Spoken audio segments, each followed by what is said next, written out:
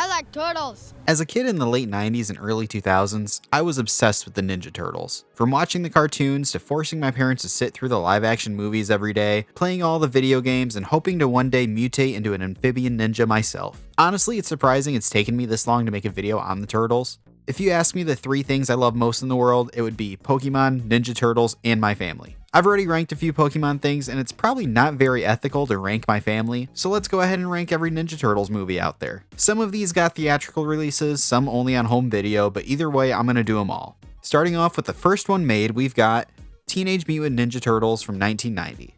The Turtles' first foray into the big screen. Prior to this movie, they were mostly known for the comics, which were pretty serious and dark, and then the animated show, which was very unserious and meant for kids. So this film had 2 very different iterations to draw from, and I actually think it towed the line between the 2 pretty well. With it being centered around, well, Teenage Mutant Ninja Turtles, of course there's going to be some silly moments spread throughout, along with a sense of fun underlying most scenes. But there's also plenty of mature and darker moments weaved into the story. The whole movie has a pretty grim atmosphere to it that none of the other movies really seem to capture. But even with the grittiness, this movie's still a really fun time.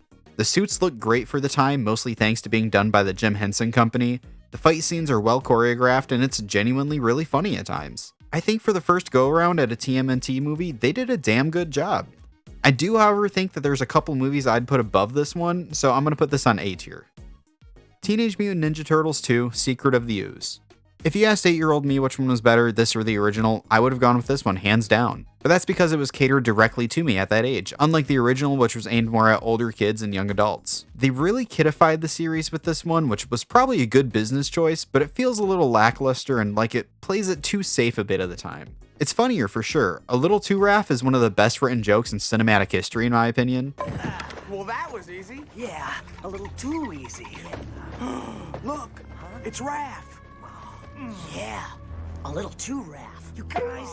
But the action scenes are imbued with comedic sound effects, and there's never really any sense of stakes or peril, and that grittiness of New York City just isn't really there anymore. I still thoroughly enjoy this movie, like it's a really fun watch. I mean, hell, this movie gave us Vanilla Ice rapping about ninjas.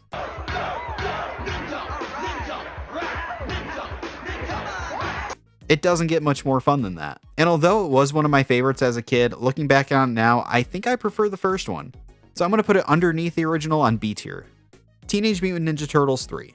I think I even knew as a kid that this movie wasn't on the same level as the first 2. It's not the worst movie I've ever seen, but it doesn't even hold a candle to its predecessors. I do like the main premise of the Turtles being sent back in time to feudal Japan, but I did always think it was strange that they decided to go that route after 2 movies with the Shredder instead of trying to tackle another iconic villain like Krang or the Rat King. And while it's an interesting premise, it does feel pretty dull still and boring for a lot of the movie. The fight scenes are pretty weak, the story feels more like an episode of the Saturday morning cartoon, and the suits and animatronics are pretty bad, even though they just had 2 movies beforehand that did them leagues better. The only redeeming qualities this movie has are some unlikely good shots here and there, and then the B-plot involving Casey Jones babysitting the warriors that were transported to present day in the Turtles' spot. Honestly, that's the best part of this entire movie, and it's not even a question. I don't hate this movie or anything, but it's definitely a pretty weak link in the franchise. I'm gonna go with C tier. TMNT. Sort of a follow-up to the live-action movies, sort of its own thing. This was the first animated Turtles movie, and as a kid, I didn't like it nearly as much as the live-action ones. But looking back at it now, what was I thinking? This movie is great. The animation might be a little dated, but even then, the action scenes look excellent for the most part. And while the story might be a bit out there at times, it's not even the main focus of the movie, which instead dives into the relationship between the 4 brothers more than any of the other movies even attempted. And of course, it's got its funny moments here and there and a great cast of voice actors, using primarily actual voice actors in the roles of the Turtles instead of celebrities. And it also feels like it actually cares about the characters and puts them first. It really feels like the original at times in the way that it balances the grittiness of the comics that originated the Turtles and then the zaniness of the Turtles that we've come to know. I'm going to say this is about on par with the first one, so I'm going to go A tier. Teenage Mutant Ninja Turtles, 2014.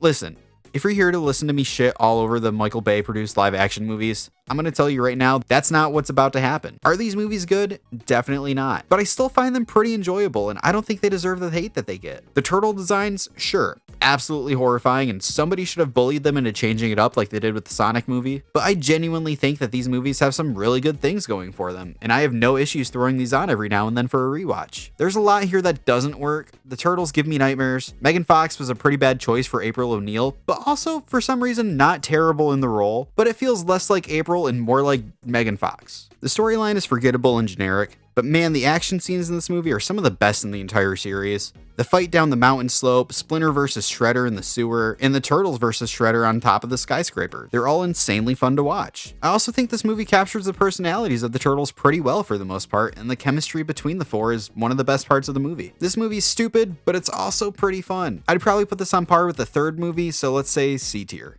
Teenage Mutant Ninja Turtles Out of the Shadows. I think I like this one a little more than the first. It really seems like a step up. The designs are a little bit more cartoonish, making the Turtles and Splinter less terrifying. The movie's colorful and vibrant in a way that most of the other movies in the series aren't. And the action scenes are still great, but even better choreographed and shot than the first movie. This movie really highlights the Turtles and gives them more screen time this time around, which is really nice since it gives this version of the Turtles more of a chance to shine. The worst part of this movie, in my opinion, is Stephen Amell's portrayal of Casey Jones. I like him in most other things that I've seen him in, but this just didn't work for me. The best part though is how it doesn't shy away from the wackiness that comes from Turtle lore. This had so much fan service throughout that it would make any Turtles fan happy. You've got Bebop and Rocksteady, you've got Krang, you've got Baxter Stockman, along with tons of Easter eggs throughout the entire movie. I still wouldn't call this like a great movie per se, but for a Turtles fan, this movie's a blast and well worth a watch. Despite a few misses here and there, I think I'm feeling a B tier on this one. Batman vs. the Teenage Mutant Ninja Turtles. This movie is ridiculous, but I mean that in the best way possible. It's a crossover between the TMNT franchise and Batman. So you've got Batman fighting the Turtles, fighting Shredder, Leo fighting Ra's al Ghul, all of Batman's villains mutating into animal hybrids, and the Bat family and the Turtles all enjoying pizza together. This is a DC production, and if you know anything about the animated DC movies, you know that they almost always deliver, and deliver they did. This is an absolute blast from start to finish, and if you're a fan of either franchise, you're gonna have a great time. This movie's funny, has great action scenes, and even though the story's a little predictable, it's still a fun time through and through. When you get Batman giving lines like this, "It's pizza time." what more could you ask for? This movie is far better than it has any right being, and I think I enjoyed this more than most other movies on this list, including the ones that I grew up on, so I'm putting this on S tier. Turtles Forever. You know, multiverse stuff has kind of gotten out of hand the last couple of years, but the Turtles did it before it was cool. Turtles Forever was a TV movie event starring the Turtles from the 2003 animated series meeting the Turtles from the 80s cartoon, along with the Turtles from the original comics. This was made as sort of a send-off for the mid-2000s iteration, as well as being a love letter to the cartoon and comics that started off 25 years beforehand. Being a 90s kid, I was raised on the original cartoon, and then the 2003 version came out as I was getting older, so they both hit at pretty much the exact right times for me, and this movie felt like everything coming full circle. I love both versions of the Turtles for different reasons, and the pairing of the two is so much fun, and it just gets more fun when the dark, edgy comic Turtles show up. My only real gripe with this one is how corny and helpless they make the 80s Turtles out to be, and while they were definitely more silly and kid-friendly in the original run, they were still competent fighters, and they seem to kind of move away from that here just to make them primarily comic relief. But it's still a fantastic movie and a really great time. I love this one. It's a love letter to both series and the comics that started it all. I'm gonna go with A tier. Rise of the Teenage Mutant Ninja Turtles, the movie. I never got around to watching the TV series that this is the culmination of, but even without it, this was still a really good time. The animation is fantastic, and some of the fight scenes are really great. The voice acting is fantastic. I was especially a fan of Ben Schwartz, one of my favorite actors as Leo. Ben Schwartz in voicing blue-coated animals. Name a better duo. The story here can be a little simple at times, you know, it's nothing that you haven't seen before, but also gets kind of dark and emotional at times too, which isn't exactly what I expected from a movie following up a Nickelodeon series. Having not watched the show, I'm still not entirely sure how I felt about the Turtles having mystical powers, but I did like that they were trying something new and, you know, sort of trying to make their own lane in the Turtles lore. I think that this was a fun time, not mind-blowing in any way, but a good attempt at a new kind of Turtles movie. And honestly, it made me want to give the series a shot, so maybe I will down the road. Let's say B tier.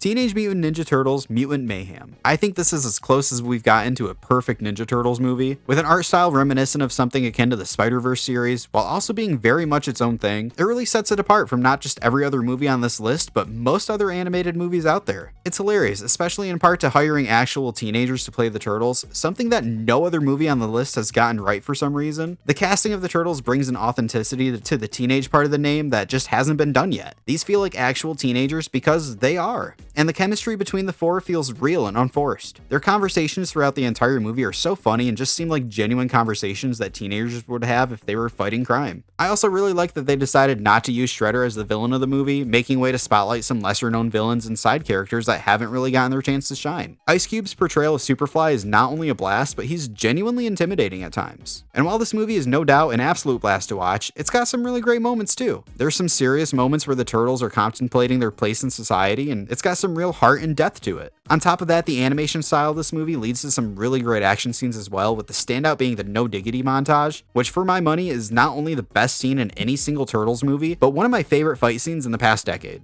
Are there places that this movie could improve? For sure, but you can say the same for any movie. Well, almost any movie. But this movie is unique, hilarious, and just a great time, on top of being a love letter to all the lore of the Turtles that came before it. For a TMNT movie, this is without a doubt the best, and I hope we get more from the same team down the road. S tier.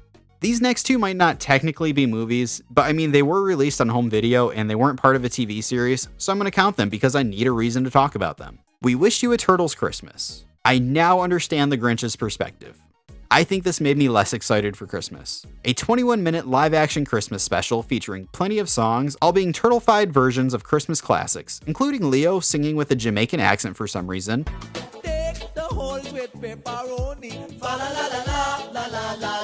and Mikey doing a solo opera song,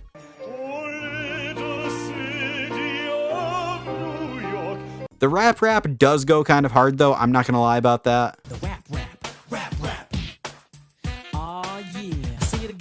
Along with the worst live action costumes I've seen for the Turtles. The mouths just stay smiling the entire time, even when they're talking, and it's pretty terrifying. They also have shoes on for the entirety of this, and I really don't like that for some reason. I never thought I'd say this, but show me those Turtles' feet. And as awful as the Turtles look, Splinter is somehow even worse, looking like a creature from the Dark Crystal. The plot is that the Turtles forgot to get Splinter a gift and need to find something last minute. And that's it. That's the whole plot. This culminates in them doing a version of 12 Days of Christmas where Splinter sings about all the gifts that they got him. Then it ends with the titular song, We Wish You a Turtles Christmas, where a group of kids pop out of nowhere in the sewer and sing along. This is awful. Bah humbug. D tier. And last, and certainly least, we have Coming Out of Their Shells. For the unaware, sometime in the mid-90s, the powers that be decided the best direction to take the Turtles was to put on a live show featuring people in costumes and take them on a cross-country tour, which was then recorded and released on home video. And let me say, it's a good thing I didn't know about this as a kid, because it would have been my entire personality. The Turtles give up their weapons and take up instruments instead and put on a concert experience featuring songs about pizza and turtle power and anything else that might relate to the Turtles in any sort of way. The songs themselves are some of the most generic 90s radio rock songs I've ever heard. They're genuinely some of the worst songs I think I've ever heard in my life. They're just soulless and unimaginative. But pizza power, applying sauce of food delight. Pizza power. And they're all just so fucking long for some reason. I'm pretty sure every song in this is at least 4 minutes. Splinter even shows up to sing a ballad and he's, absolutely terrifying. But of course it's not a Turtles experience without some action. The worst looking Shredder that there's ever been decides to invade the show and ruin it by using a machine that sucks up all the music because he hates music. We get some extremely bad stage fighting between the Turtles and the Foot Clan, and then Shredder makes the Turtles retreat and kidnaps April. And then the craziest thing ever happens, and Shredder literally does crowd work and roasts a bunch of kids in the crowd for like 10 minutes. Bam! Big Bam! Oh god, awesome! Honestly, it's the best part of the entire thing. I give the actor who played Shredder credit for getting booed and screamed at by hundreds of kids. I get it from like one kid right now, and it's demeaning as hell. So props. He then does an entire song about how much he hates music. Music! I hate music! And honestly, after sitting through this entire thing, I'm starting to feel the same way. But then of course, the Turtles come to the rescue and destroy Shredder's machine with the power of music. God, this sucks. So fucking bad. This honestly might be one of the worst things I've ever seen in my life. At least the Christmas special was only like 20 minutes. I sat through an hour and a half of this. E tier. I'm adding a new level for how terrible this was. And that's gonna do it. Even though there's been some really high highs and some really low lows in the Turtle canon, I love most of these movies, and I probably always will. So let me know in the comments which of these movies are your favorite, and thanks for watching.